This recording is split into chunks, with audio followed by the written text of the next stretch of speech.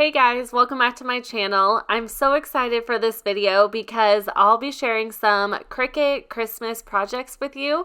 I have so many fun ideas that I can't wait to share. I do have one sublimation project at the very end. Here's a quick look at some of the products that I'll be using for today's video. If you're new to my channel, I would love it if you subscribed, and let's get into the video. For my first project, I'm going to be putting together Christmas pajamas for my girls. I found these plaid Christmas pajama pants at Target and they were on sale for $7. I found these black t-shirts at Michael's and they were around $3 each, making the whole pajama set $10 plus a little extra cost with the HTV. I found this Christmas pattern HTV from Michael's. It's their Make Market brand. I thought this would be so fun to add to the t-shirts, so I'm excited to try it out. I'm in Cricut Design Space and I'm going to grab my SVG for the t-shirts. I thought this was just so cute and it'll be perfect for the snowflake design. I am going to hit Command D on my keyboard to duplicate it since I'm making two. For my 2-year-old's t-shirt, I'm going to make it 5.5 inches for the width. And for my 7-year-old's t-shirt, I'm going to make it 7.5. I'm just using one HTV sheet, so I'm going to keep both of those black. But I actually have already created the shirts. I'm going back in later and doing my voiceover in Design Space. I've had my kids home over Thanksgiving break, so I've been trying to rush to get the projects done, and I realized I made a mistake after I cut the HTV, but I can show you what I messed up. What I did was attached these together, both of these, then I cut it out and everything, and I should have united or welded these together because you could see the cut lines in the cursive. I'll try to put a picture on the screen if you can even tell from the picture. Usually I have that issue with fonts, but not SVGs. So if you're using this SVG for any reason, make sure to unite it. I'm going to go down to combined and do that right now for both of these. You can unite or weld these together. Now I'll hit make. I have one big roll of HTV. I don't want to have to cut them and do it on two separate mats, so I'm going to use my 12x24 mat. I just need to go to my material size and change it to that. Then it'll pull it all on one mat. I'm so used to just going to selecting mirror, but since it automatically does that, I don't have to do that anymore, which is nice, but I just kind of got in the habit of doing it, so it's hard to get out of that. For my cut setting, I'm going to choose Everyday Iron-On. It says to place it carrier sheet down, which would be the pattern side down. While the Cricut's cutting out the design, I'm going to set my Cricut Easy Press 2 to 315 at 30 seconds. I'm going to preheat my shirt for about 5 seconds. I like to fold the shirt in half, and that also finds the center of the shirt for me.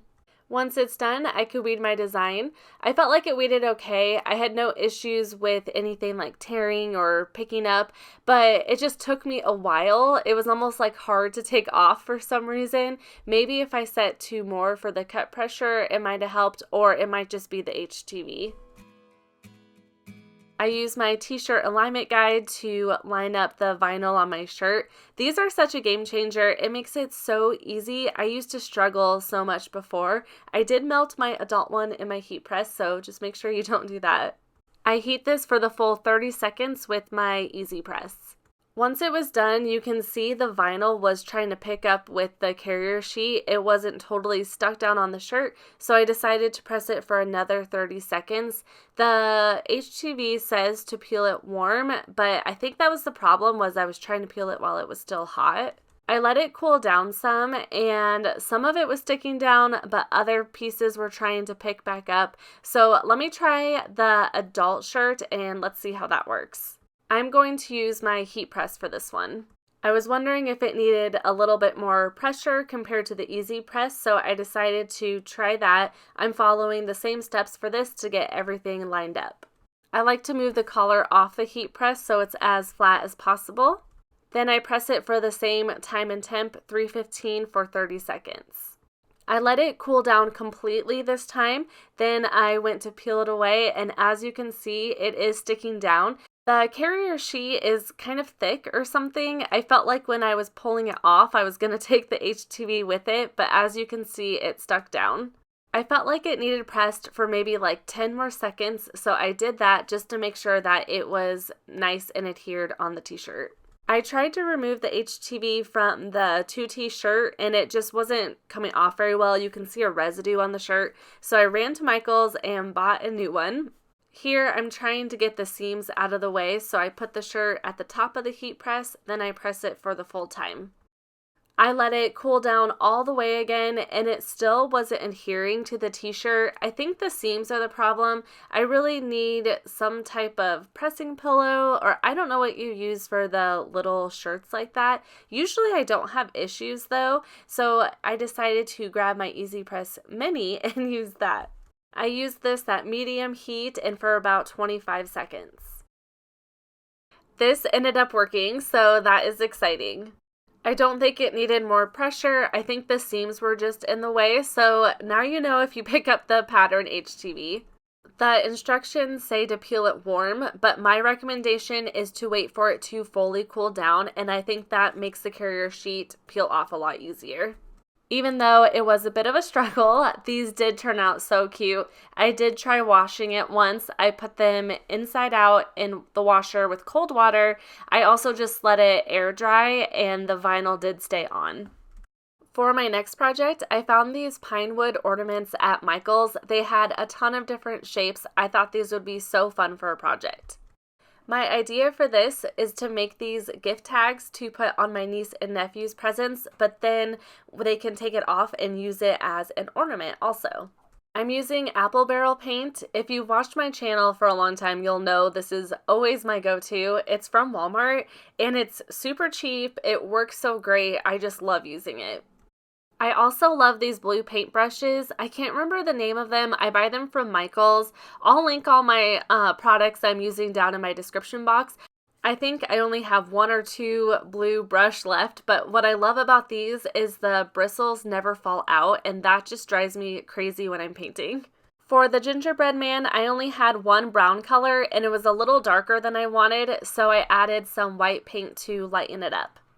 I'm just curious, what are you guys making for Christmas crafts this year? It's just my favorite time of year to use the Cricut and craft. There's so many fun projects to make. For the Christmas tree, I'm just going to paint it green. I don't know what it is about painting, but I just find it so soothing and relaxing. I just feel like I don't do painting projects enough, so I really enjoyed this project. I grab a foam brush after the paint's dry and use Mod Podge to seal the paint. This is great because it prevents the paint from chipping, but also I'm going to be putting adhesive vinyl over this and it just adheres and sticks really well to Mod Podge. I'm going to use Tech Rep Craft Vinyl. This vinyl is beautiful and probably my favorite out of all of theirs. It is their chrome vinyl. These have protective sheets over them and they're just big rolls, and I'm cutting small vinyl pieces, so I use a paper cutter to cut it down to the size that I need. I'm in Cricut Design Space. I'm going to type out all of their names.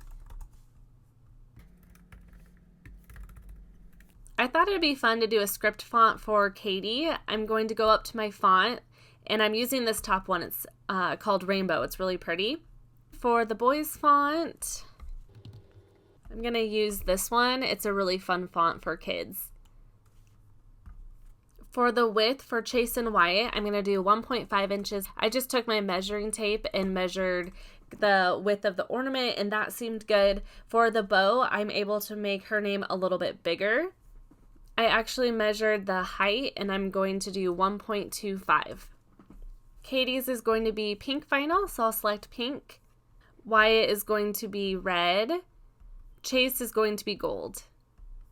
For my cut setting, I like to use holographic vinyl, and it works so well for this vinyl.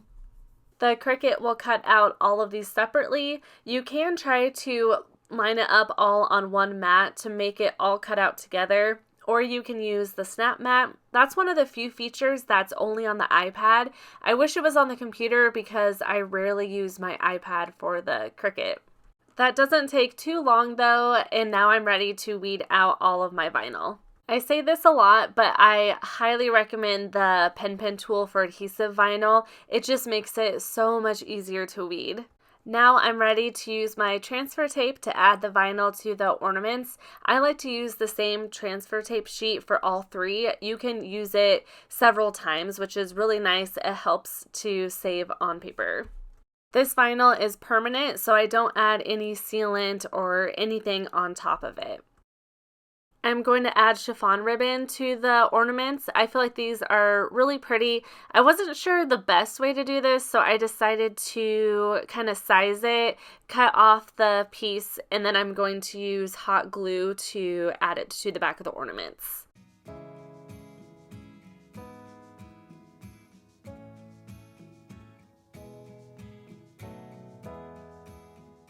I just love how these turned out. They were so fun to put together, and I love that they can be used as gift tags, but then they can add it to their Christmas tree next year.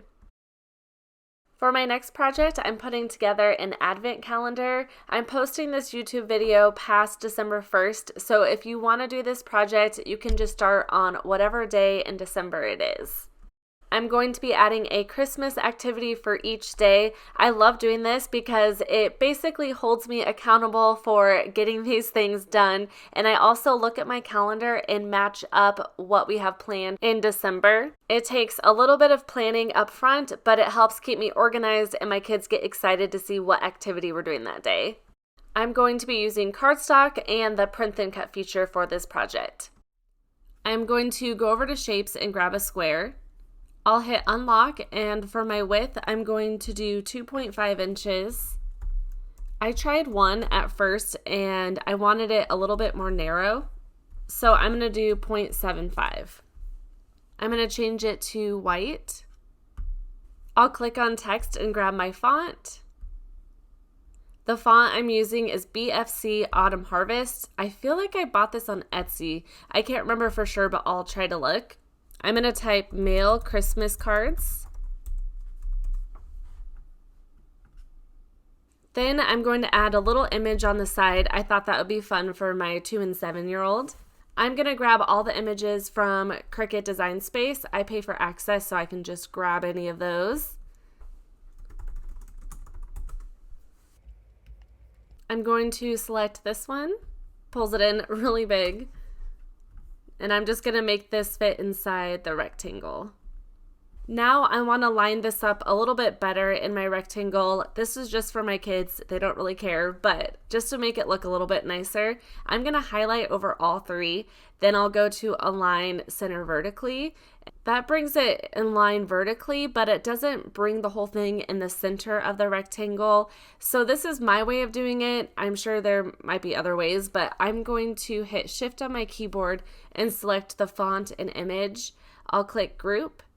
Then I'm going to highlight over the rectangle and that group. I'll go to align, then I'll hit center, and you can watch it move to the right just a little bit.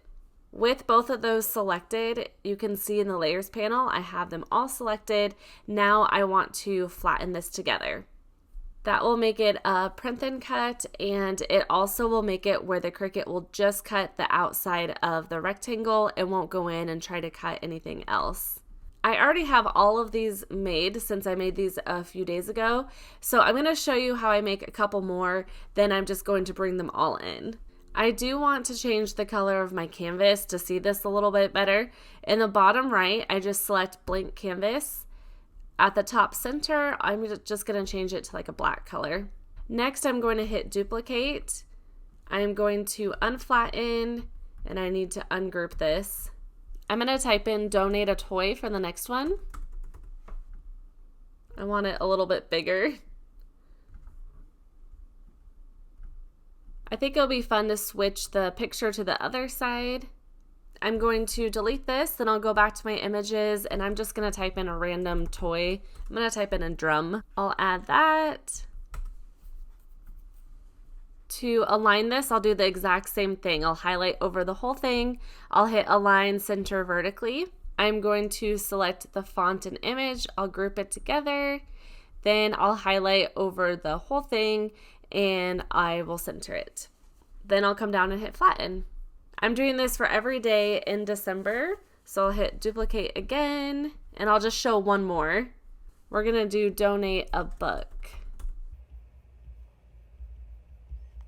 It has a lot of black and white ones, but I want one with color. It just makes it a lot more fun. I'm gonna move this over here.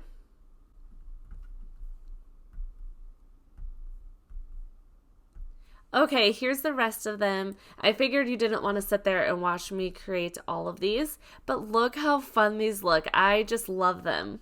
And like I said, all of the images in here are from Cricut Design Space. I was just gonna do the font and the images make it so much cuter. I'm just double checking that I have all of these flattened. That looks good. I'll hit the make button. It's gonna pull it onto 2 different sheets. It would have been nice if it fit all on one. It was close, but that's okay. I'll hit continue, send to printer. I have my inkjet printer selected. I'm just gonna turn off the bleed. These are white sheets. It's fine to not have that on. I'm gonna turn on my system dialog. I do that just so that I can switch my quality to best. Then I will hit print. I load my cardstock into the printer and it will print out the design. This is so fun. I add it to my cutting mat. The Cricut machine will first read the registration lines, then it will cut it out. When it's done, I'll remove all the pieces from the mat. The easiest way to do this is to bend the mat backwards and remove it that way. I'll follow the same process for the other sheet. I'll print it out, then have the Cricut cut it out. If you don't have white cardstock, you can just use plain white copy paper as well. I only had this filmed on my phone, but here I'm adding all the piece of paper to each door. I found this Advent house from Michael's. They have several different ones, and I believe Target has some fun ones too. We've already done 3 days of this, and the kids are enjoying it. I also made a Bible verse Advent calendar that we're doing, and I can leave a link to that YouTube video down in the description box. For my next project, I found these wine bags off Amazon. They're made of like thick paper and it has gold foil on the edges. The handle's really pretty, so I'm excited to add some vinyl to this. I'm going to use this textured vinyl from Tech Wrap Craft. This vinyl's gorgeous. It almost looks like foil, but it is actually adhesive vinyl. I thought it would just match really well with the wine bags. I already have everything set up in Cricut Design Space, so I'll just show you how I did this. I created a guide. This is the size of the gift bag.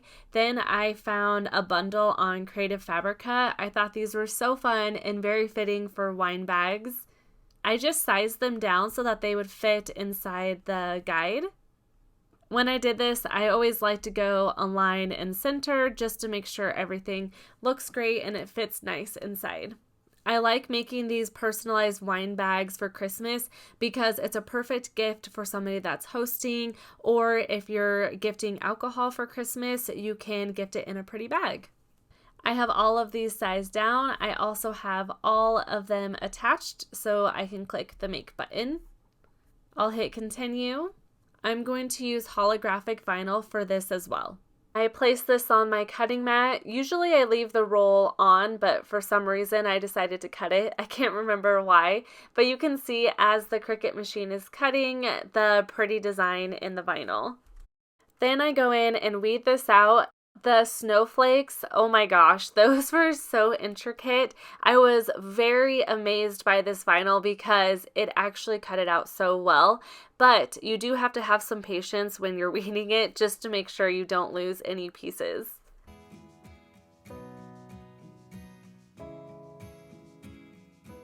When I'm done weeding, I'm ready to add my transfer tape. Since this is paper, you do need a low tack, like not too sticky of transfer tape because you don't want to peel off the paper. That's one thing that I love about the Caesar transfer tape. It is amazing. I feel like I can use it on just a huge variety of material without picking stuff up from it. I use the same transfer tape and just follow the same process for the other 2 bags. I wanted to show a close-up of the snowflakes really fast. I was just so impressed how the Cricut Maker 3 could cut that out. Also, you need a good quality vinyl for it to cut well like that. That's why I really like Tech Wrap. I lost a snowflake, so I'm adding that back on. Here's how these wine bags turned out. I just really love it. The vinyl was such a perfect choice. I always love when that happens. It just looks so pretty with the gold along the edge, and the vinyl almost looks like it's made out of foil. It is really, really cool. I found this really pretty gold candle at Target, and I thought this would just be fun to add along with the gift bags for a host or hostess gift. It also just smells so good. I thought I could just use the scrap vinyl from the gift bags. I like to throw my mistakes in here, so that's what I'm doing. I forgot to use my brayer tool to press this down. I typically do that, and I guess there's a reason, because as you can see, as it started going, it was picking up, and I had to cancel the cut. I flipped it around and just used the other side. I like to clean the surface with rubbing alcohol first. This removes any dirt, and vinyl is just not going to stick well to the dirt, so I always like to do it. I feel like the vinyl lasts so much longer. I'm personalizing it with a letter. The font that I used is Times New Roman. I also decided to cut out some little stars to put on the candle as well. I'm using the same transfer tape that I used for the bags. It's nice to get a whole bunch of use out of just one. I really love adding vinyl lately that kind of matches the color of the blank. It just gives it a really cool look, I feel like. I added the stars, but I can't decide how much I like it. I think just the letter on its own is really cute. I ended up taking the stars back off, and this is how it looks, so simple and easy. For my next Christmas project, I am going to transfer a printed image onto wood. I found this wood at Michael's, and you want a soft wood, I believe, for this project. I found this printable on Etsy, and it's Away in a Manger music sheet. I'm going to be transferring this to the wood. I'm going to print this off. When doing this, you do want to mirror your design, otherwise the wording will be backwards. So I'm going to go to Layout. This one doesn't have the option for mirror, but I'm going to flip it horizontally. I'm also going to select best for my quality. Then I'll hit print. All you'll need is just regular copy paper to print this on. One thing I do want to mention, this project works so much better if you have a laser printer. The inkjet printers, they just don't show up as well. They look more dull on the wood, but I'm going to give it a try anyways. Here's the Mod Podge I'm using. You specifically want to use dishwasher safe Mod Podge. I am following Jennifer Maker's project. I can link her video down in the description box, and she said to use that, so I definitely trust what she says. I'm also using a foam brush, and I just paint the Mod Podge onto the sheet. I place the paper face down on the wood, then I just use my hands to press it into the wood a little bit, and then my brayer tool. You want the Mod Podge to dry completely before removing the paper, so I let it sit overnight. This is the next day. I grab a bowl of water and I just use a towel and get the whole thing wet, and I let it sit there for a couple minutes. Then with that washcloth, I go in and rub off the paper. As I was doing this, it was looking okay, but then when I got towards the right, it completely picked up the whole paper. It did not even stick to that piece of the wood. I was super bummed when I saw that, but I really didn't want to give up, so I decided to turn the wood around and try one more time. If you go back and look at me adding the Mod Podge before, I put such a thin layer on, and I was wondering if that was the issue. So this time I decided to put a lot more Mod Podge on. As you can see, I'm coating it some more, and I'm hoping that will do the trick.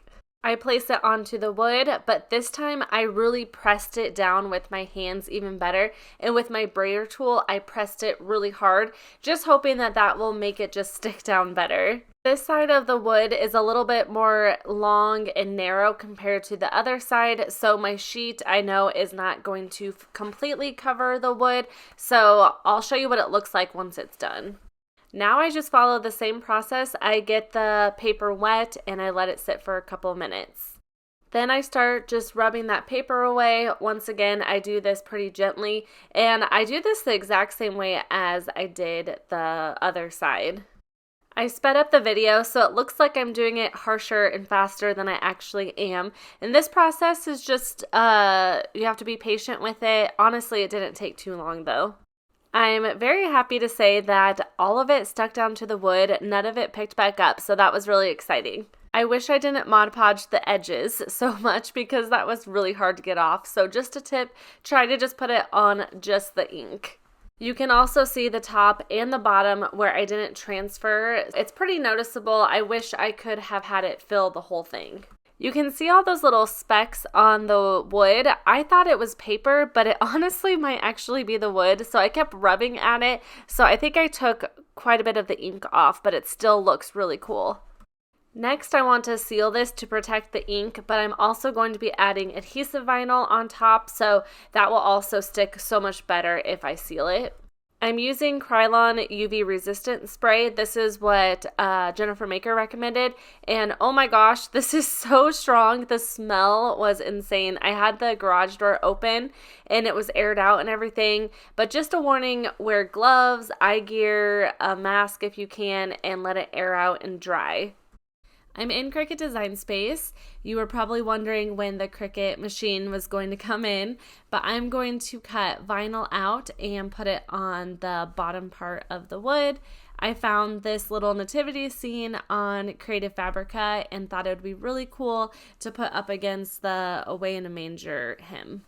I'll use the vinyl setting for my cut setting. I'm using black permanent vinyl. This is the StarCraft brand. I also like Oracal 651. I read out my design, then I add my transfer tape. Once again, I love this Caesar transfer tape because it's sticky enough to pick up the vinyl, but not too sticky where it's going to pick up pieces of the wood and things like that.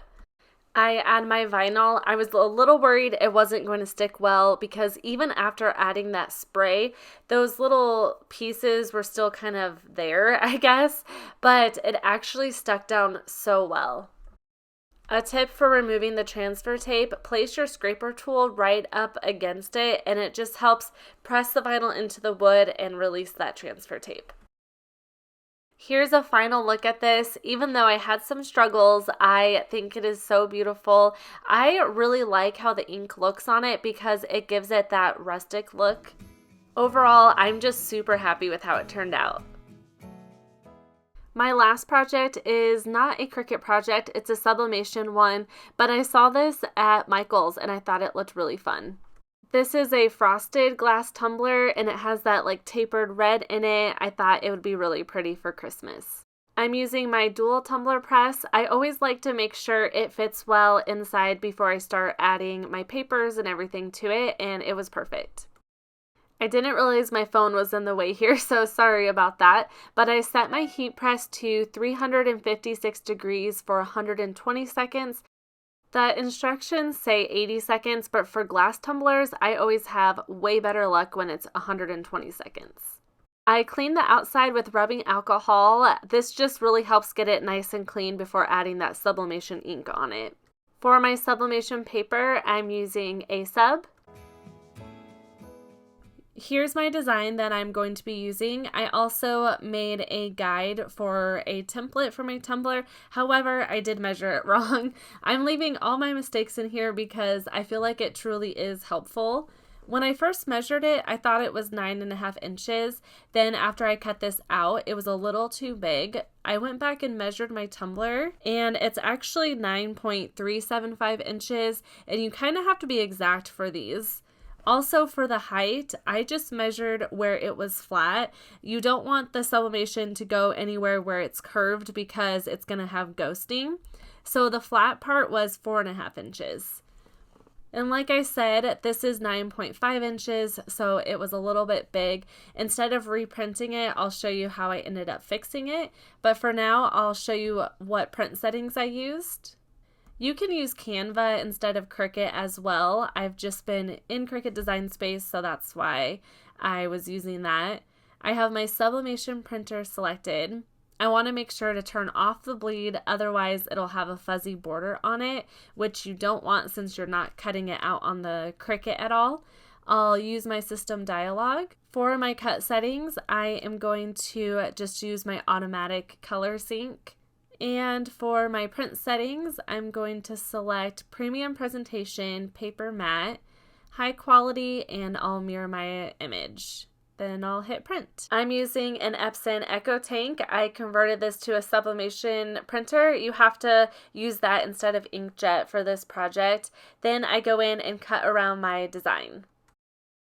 Then I wrap this around my tumbler, and you can see it is too big. And like I said earlier, I'm trying to film this while my kids are running around. My daughter's like napping, so I was making some mistakes. But what I decided to do was just cut out a couple of the stars, and that actually worked really well. Then I go in and add heat-resistant tape. I pull the paper as tight as I can before adding it. Then I add that along the entire edge of the paper.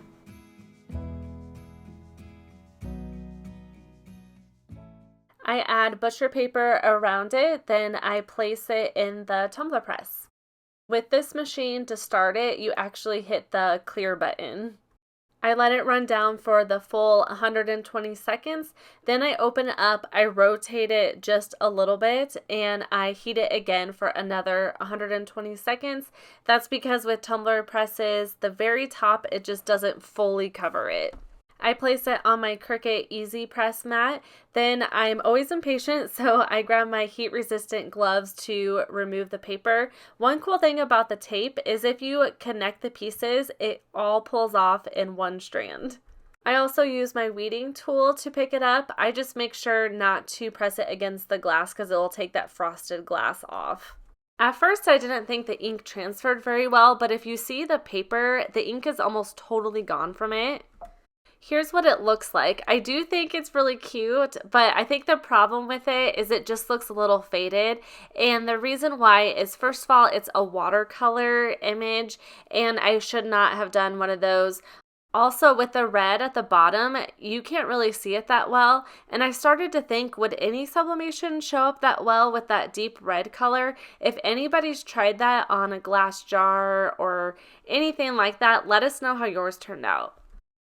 I hope you enjoyed this video. If you made it all the way through, put a Christmas emoji in the comments.